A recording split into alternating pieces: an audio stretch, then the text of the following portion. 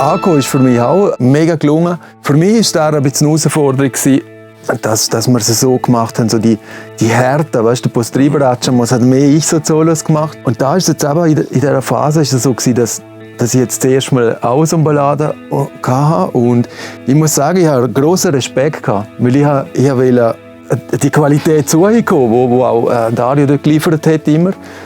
Und es ist dann aber wie von Geist dran. Ich weiss auch nicht, hat es recht geflutscht und ich bin nachher ganz fest happy mit dem Ergebnis. Ich finde es ein wunderschöner Song, ein riesiger Text.